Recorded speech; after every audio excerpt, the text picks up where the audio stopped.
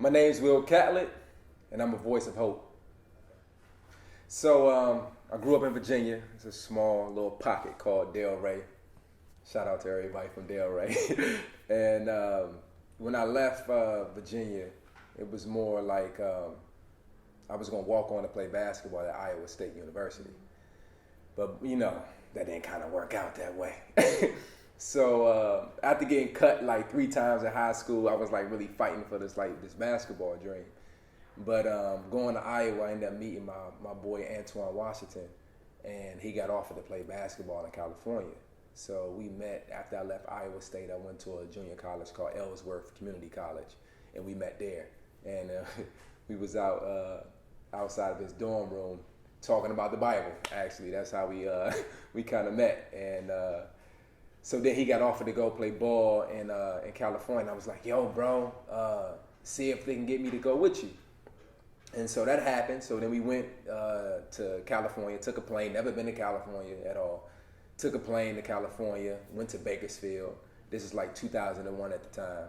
And so we living in a Motel 6 at the time. We there for 3 days. And then we asked one of the police officers, hey man, what could we live at? He's like, well, you don't want to live over there because they still hang black people. So we like, oh man, this is crazy.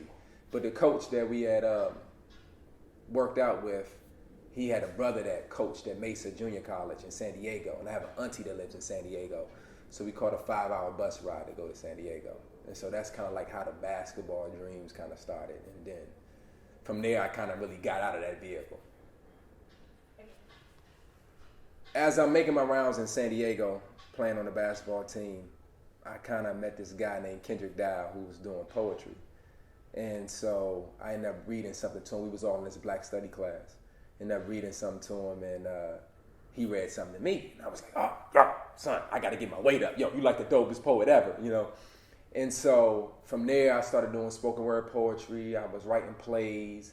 And then I ended up moving to Los Angeles.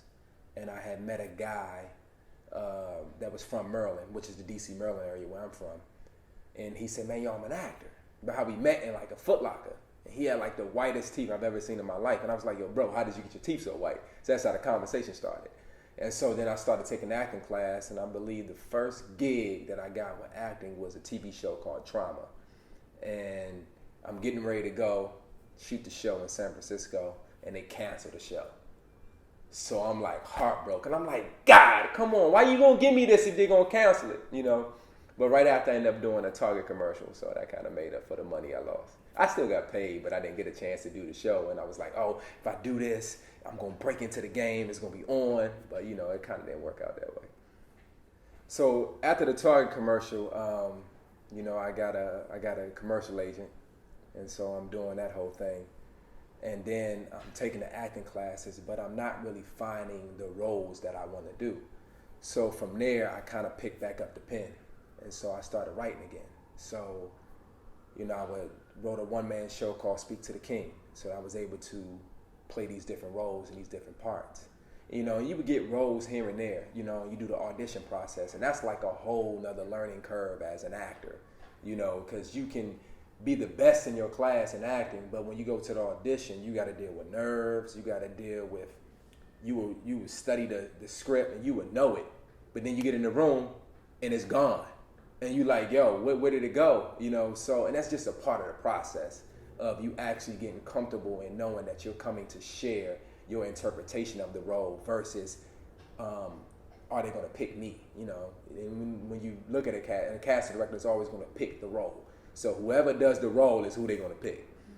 And that kind of journeyed me into like just discovering all these creative jewels that I had. And I'm like, I'm not just an actor. You know, I'm not just a poet. I'm not just a writer. But when you come to LA or anywhere, people say focus on one thing, you know, but that's not my thing. You know, to me, the blueprint is your plan. It's your passion. So whatever you're passionate for is going to have the blueprint in it for what you want to do. So some moments I might be passionate at producing. Some moments I might be passionate at doing photography. Some moments I might be passionate at acting. So it's kind of like riding that wave and flowing with it, you know.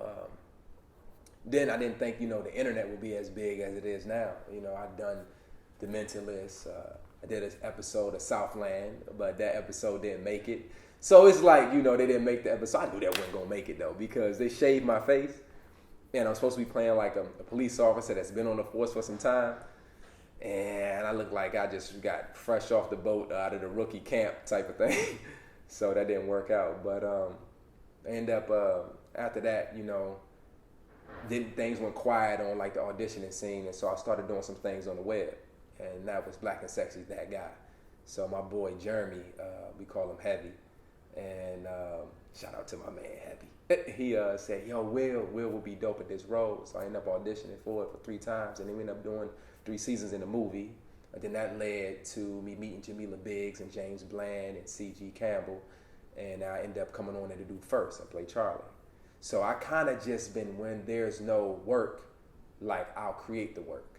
So I'm not sitting around waiting on, a casting director to call me in or an agent to get me a job. When you have an idea, you have to find out what medium do you want to tell the story in and have no limitations and just jump into it. So that's kind of what I've been doing.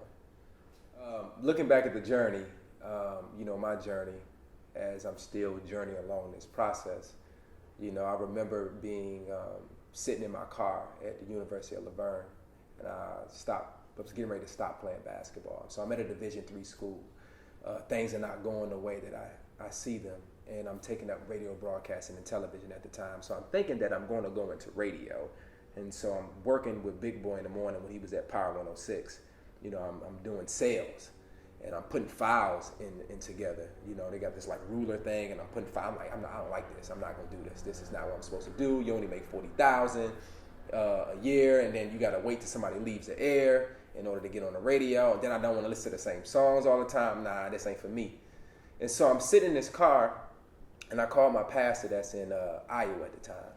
He's like, man, I see you, man. You got a low haircut, and you got one tear coming out of your left eye.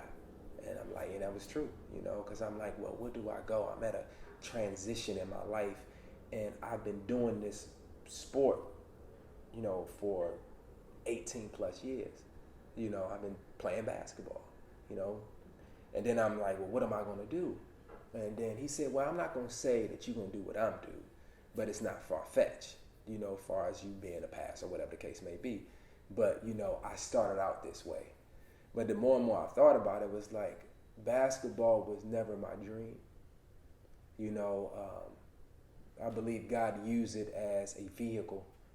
And my shortcomings, getting cut from the basketball team, was the fuel to propel me forward in order to get me to California. But I had that epiphany that this is not what I'm supposed to do. I'm actually playing this sport to prove other people wrong that I can do this. And once I realized that, it was freedom. I said, okay, now what's next? So they say, 1 in a million people go to the league. And then I pick a sport of 1 in a million people to be an artist and be an actor. But I felt the necessary need that when I went into this acting class, that this is what I'm supposed to be doing. Because it's not something that I wanted to do. So evidently I didn't put it there. I didn't want to be an actor, but I always knew that I wanted to do something else. But the more I discovered myself, I talked to my father, and he told me a story how, at 6 years old, he would fall asleep in movie theaters. This is something that he wanted to do. So I had no idea that it was in my blood. It was just in me to do this type of work. And so basically, I continued to follow that passion, but the faith is, I didn't grow up in a church, you know what I'm saying? Like, I found God basically through a young lady I was dating at the time. She was like, yo, you should come to my church, and, that process. And so, but I've always been the type of person to try things other people wouldn't try to do. And on this faith journey, it's just like God just been lining everything up. And he'll just cause me to do something that's out of the ordinary, and I'll just take that leap of faith, like quitting my job. I was working at a restaurant called Bottega Louie for 5 years. Never thought I'd wait tables, but I find myself, I'm waiting tables. And I remember being there, and people always say, man, you walk like you don't need to be here, and I would ask God, why am I here? And I was putting up a cup, you got the plates you're carrying back, so you put the cup up so they can wash the cups. And he said, I'm showing you how to wait on people so you'll be humble when they wait on you. And I was like, oh, okay. So then it got to a point, I touched and agreed with a homegirl of mine who's an actress. And she said, you know, when you going to step out and quit that job? I said, I'm doing it March 31st. So I step out. I don't have no commercials running. I don't have no money, you know, but I step out on that faith. And I think I had like a tax return of like $3,000. And so, you know, that money goes quick. And, you know, you get them 3-day notices on your door. It's not easy. You know, you don't have food to eat. It's not easy. But I'm like, okay, I'm going to surrender. And then I got a call from my homeboy. I'm going to pay your rent for the next 2 months. Or I'll be getting ready to teach at the church, the youth ministry. I don't have gas to get in the car. And God says, go to Ralph's and ask for it. Now, Ralph's is a grocery store in case this goes to somebody that don't live in California. And I'm like, go to Ralph's and ask for it. You want me to go to Ralph's and ask for $20? Like, I ain't going to do that, you know. But then I listen because I'm saying I wouldn't have thought that, so I go. And at this time in my life, I'm getting stopped every day from the web shows that I'm doing. So now I don't want to be embarrassed. You know, some people think that, you know, people think that you higher than where you are at the time. And so, make a long story short, I see 2 couples and they having coffee at Coffee Bean. And so I go, hey man, listen, I need $20 to get to the church. I can send you the 20 back right now through PayPal. You know, I didn't want to get all into it, but my accounts got closed. So I couldn't send it, you know what I'm saying? I couldn't get the money out, but I had $20 in PayPal. I can send it to your email. He's like, nah, man. Here's $1. So I take the $1 and then I go into Ralph's. I walk back out and I just sit there. 5 minutes haven't went by yet. And I'm just like, well, God, I didn't come for $1. So this girl comes out. She stops. Her name is Stephanie. I didn't know her at the time. She stops and she comes back. She says, hey, man, I just want to let you know you're doing an amazing job on First. I looked her dead in her face as I'm looking at you. I said, sister, I need $20 to get to the church. She didn't even think a split second. She took me back in the Ralph's where God told me to go, took $20 out of the ATM and gave it to me and said, look, it's going to be all right. So what I thought was going to be my embarrassment, he used for my blessing. So that faith thing is serious. It's just really you jumping out there, leap and the net will appear. He's going to catch you, but you got to be willing to jump out there, you know. And I always look at it too, like, you know, you got 24 hours in a day. You sleep 8, you work 8. Then you count traveling. You really only got about 4 hours to really live your life. And so a lot of people are tied to jobs and tied to situations because they are, you know, they have a false sense of security. We all have been there. But God is the provider. He's going to provide for you. And if this is what he wants you to do, he's going to make a way. But you have to give the universe, you know what I'm saying, to move. Like, you know, all creation is waiting on the sons of God to manifest themselves. So you have to wait. I mean, you have to jump out there so that can happen. The universe can't bend unless you bend it. So I went to a point where who's going to bend?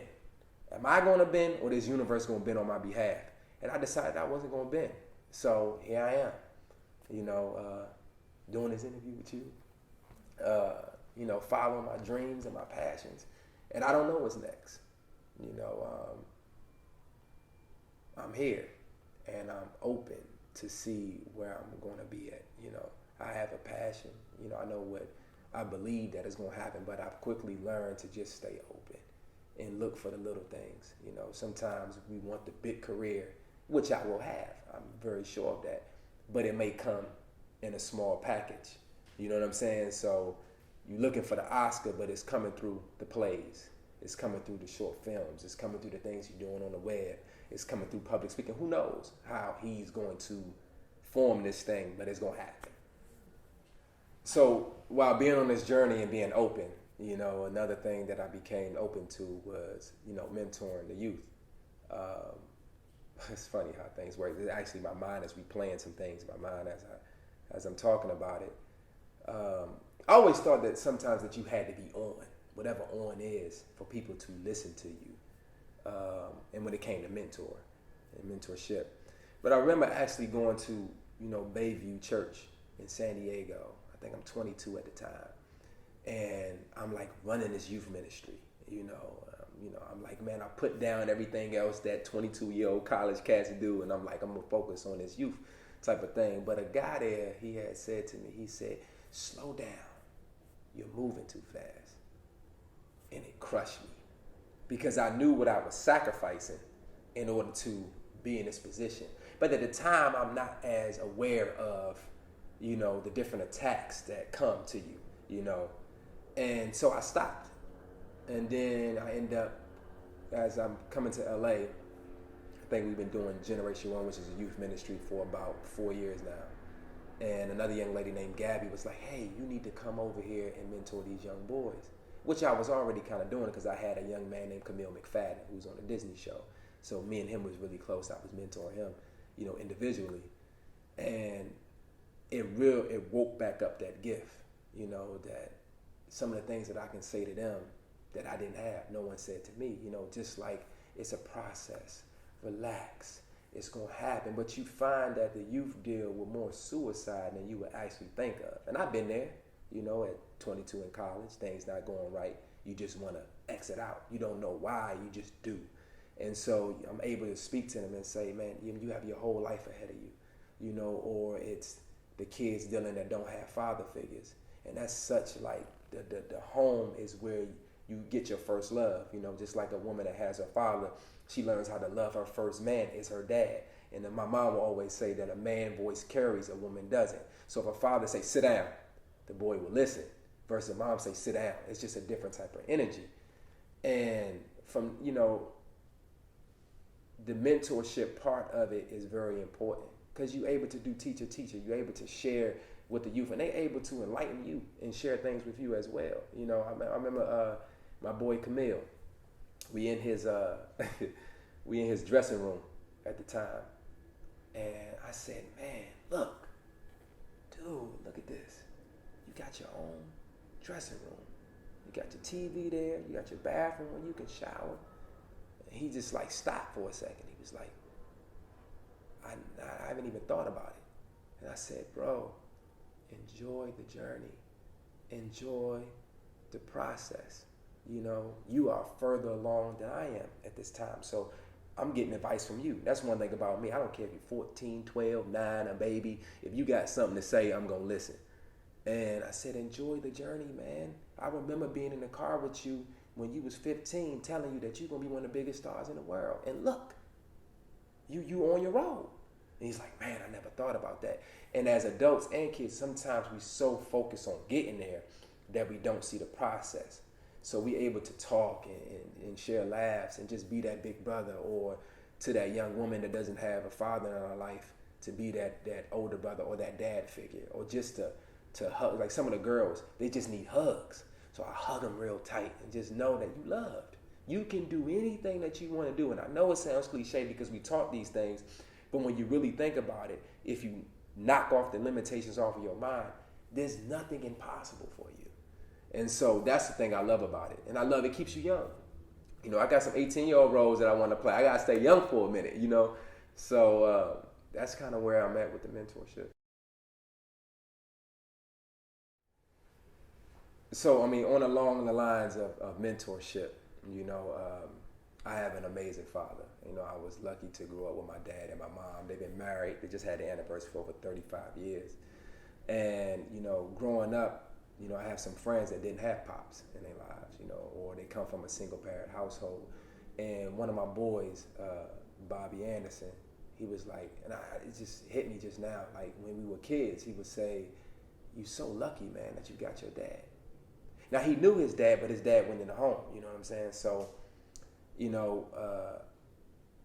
it was crazy to really hear that and think about that, and it didn't dawn on me too when I started writing a film called Griffin, about 4 young boys growing up in the city of Virginia, how they unknowingly become father figures for each other. And so what I've done, I've taken different parts of my friend's life, my life, growing up with an older sister who was on drugs all her life, so I took bits and pieces to make this film. But the whole moral of it is to showcase that the importance of brotherhood, the importance of fatherhood, the importance of a lot of situations in life can be ended with the father staying in the home. And now these boys that grow up without their father figures, they never really talk about it, and I've noticed that, and I wanted to be real like that. They never talk about the dad's not in the house, really. You just see the effects of the man not being there. And I'm so passionate about it because it takes place in 1998, so you got that 90s vibe. But you get to see the inner workings, and you get to go on a journey and discover it with them. Discover the things that they like, the things that they don't like. Discover the decisions that they make based on who was there, who wasn't there. And my goal is to end single parent households. Like, let's be real. Every dad is not going to stay. You know what I'm saying? But by me having an amazing father, I'm able to put these jewels that he has given me into this script. So it's like one of the scenes. Tim is talking to Griffin, and I think he's coming over to the house, and he's like, "Yo, you ain't gonna believe who on the BL. The BL stand for the block. You ain't gonna be who on the BL." He's like, "Who?" He's like, and then he goes on like when people do another conversation at the same time. He's like, "Yo, man, my pop's tripping." You know what I mean? He was like, "Yo, you need to use like at least you." He's like, Griffin's like, "At least you got a dad." But it's nonchalant, but he notices that at least you got somebody there. I don't even have nobody there. My dad in jail. And so many kids grow up without that validation. So they seek it in other things. That's one thing. One of my favorite scriptures in the Word is when God tells Jesus, "This is my beloved son who I'm well pleased." So therefore, he will never grow up feeling rejected. And a lot of times as young men, we feel rejection, or we feel that we got to prove ourselves because no one said that you are who you are. You good. You know what I mean? Like my man Jay-Z, you are who you are before you got here. You can try to change, but it's only the top layer. You know what I'm saying? So you put that seed into the youth. And that's what I'm out here doing. Like, I'm like, listen, you got to know that you're powerful beyond measure. You are who you are. You don't have to fit into any boxes. If it doesn't have the box that you want to be in, then create the box. So I don't think enough of us grow up with that effect, or grow up with that type of language being taught to you, or that type of honesty. Even having an amazing father, you don't get everything from your parents. Most of the time you learn about women, you learn about sex, you learn about everything from your boys. What you doing, how you do it. My dad didn't sit down with me and say, "This is how you put on a condom." You know what I'm saying? We talked about the birds and the bees, because I thought I had AIDS at 16. I ain't, it's just funny, I'm keeping 100. At the time, what am I, 14? And my next door neighbor comes to me and say, "Man, you getting down yet?" I'm the oldest in the neighborhood. So I feel like, well, evidently this is what I'm supposed to be doing, So lay down with a girl, can't fit the condom at the time. 2 years go by, I run into a friend, I ask about her. She said, "Oh yeah, she's dying of AIDS. She's had it since she was born." What? But then that promoted a conversation with my dad about birds and the bees, and went to the doctor's office, and the lady goes, and it's the paper on top of mine is positive. And the lady goes, "You're fine." But even in that situation, I remember praying at the time. This is when I really got that relationship with God. And I said, "God, I can't live with this. I can't live with this." And at that time, me and his relationship started to grow, So, you don't know how things work out sometimes in life. People go do different things, in life. But in that moment is when, I got my relationship, going back to the faith thing, To this day, I don't know. I'm good, but God probably healed me, or it didn't happen. Whatever happened, I look at that situation now and say, thank you. I'm thankful for it, though, even in that situation, because I was able to build this relationship, with God, But even in this film, it's different principles. The grandmother instills God, love, understanding, and values in the Griffin. She called it the glove. It's the angel's secret code. And I've been toying with this film since 2008. That's when I first wrote it. And it's been a struggle, but it's going to happen, especially when you're trying to put these type of ideals into communities. It's going to be a little bit uphill battle, And I think sometimes as artists, you know, we suffer the pain. As Marvin Gaye say, the artist suffers the pain. You know, because we carry the burden, because it's our job to put these ideals that come from above into the earth. You know, so, whew, that was a lot. Yeah, it was a lot. But yeah, we carry that burden.